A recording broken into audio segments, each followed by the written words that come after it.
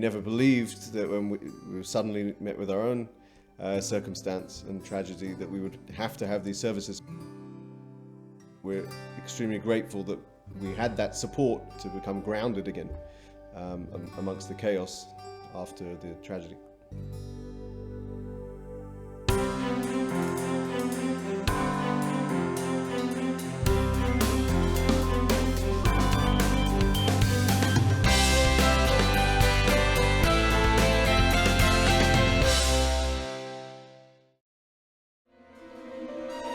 Three-year-old Ruby Rubin lays in a Jerusalem hospital bed with a bullet wound in his neck.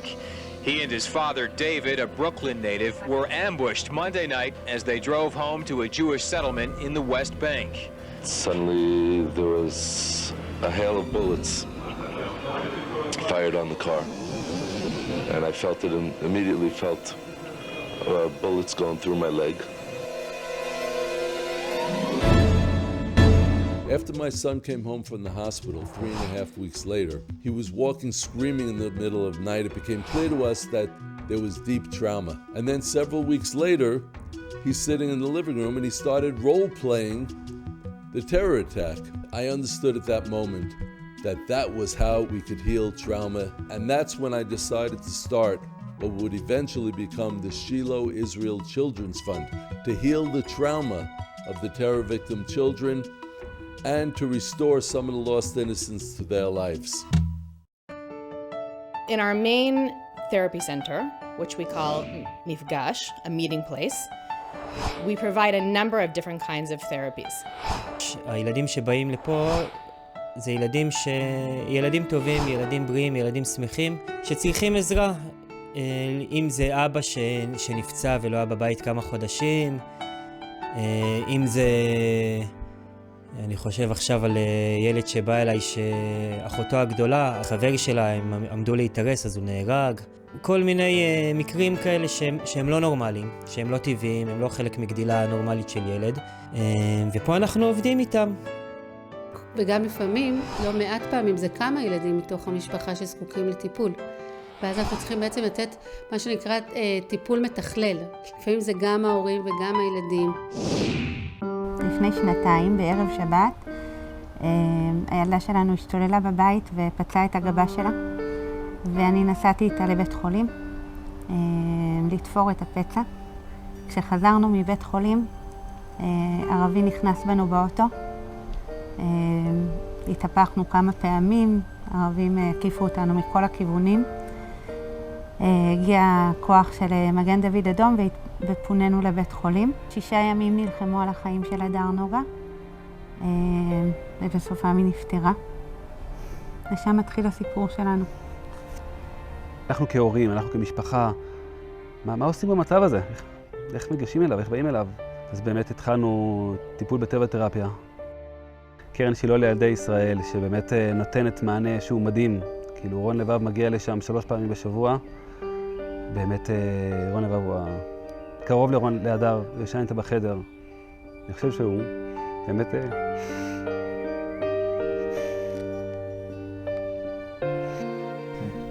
לפני 2 אחותי הקטנה נהרגה בתאונת דרכים עם מחבל.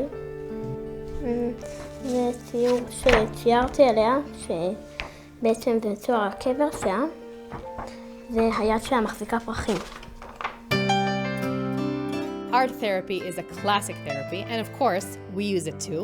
The end result in art therapy is not about the work of art. It's not about how beautiful the picture is. Sometimes it could be an image that is sad, melancholy, scary, or evil. And this helps the therapist to identify what the child is going through inside, even though he or she has not openly expressed this. Another key therapy is music therapy. In this room, we enable an environment where a child can do this in a creative way. So a therapist might say, why don't we work on a song together? Write the words, try out different musical instruments and notes, and in this way, he or she is able to express what they are going through in a very different way. Often, a child who is experiencing grief, pain, fear, or trauma, it's almost captured inside his or her body. And in movement exercise therapy, the therapist will guide them and enables them to release whatever they are holding inside in a creative way. At our therapy center, we have a multisensory safe room. Even a child who is filled with anger or fear, he's safe in this environment to express what he has inside because it's such a calming environment with music and lighting and padded walls that makes him feel safe and able to open up. Not only do we provide the funding for the actual group therapies and individual therapies within Mifgash Therapy Center, we're also focused on building the facilities, expanding the infrastructure, and to help more and more children.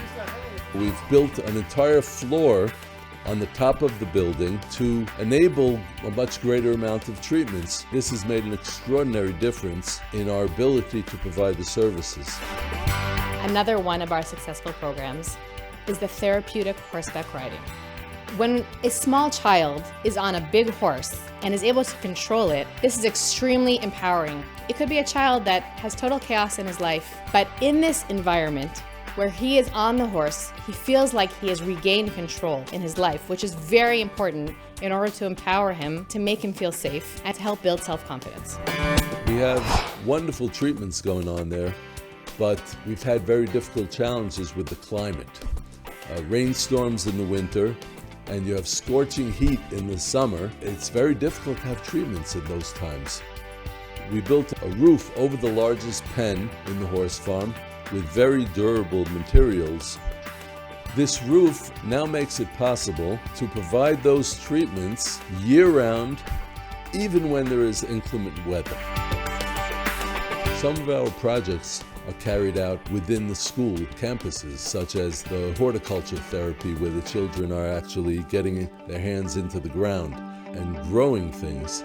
The petting zoo, the children are interacting with the animals. A certified animal therapist works with children inside our small petting zoo and teaches him and explains to him what the animal is going through, the different struggles or challenges, if he's wounded or if he's fighting with other animals. This process, where the child learns about the animal's needs and challenges, enables him to transition into starting to focus on his own needs and challenges. And this opens up a path to more effective healing.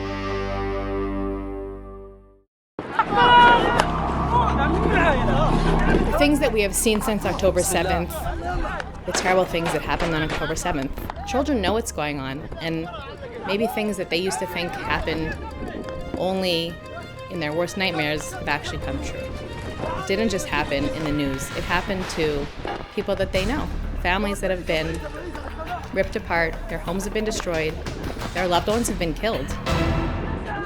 Shortly after October 7th, we got a phone call from the Israeli Ministry of Defense saying, "We need your help.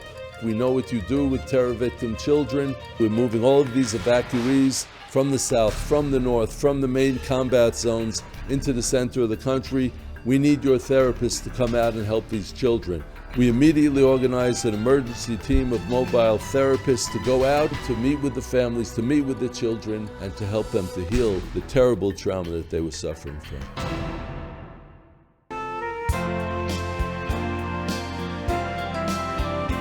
After they started receiving their therapies individually, we saw that they were calmer and were able to actually communicate their feelings. I know that I wouldn't have been able to put on this uniform after October the 7th and go and serve the country if I had to leave my family behind. Thanks to the Sheila Izzo Children's Fund, I knew that they would be more stable and they would be able to cope with it.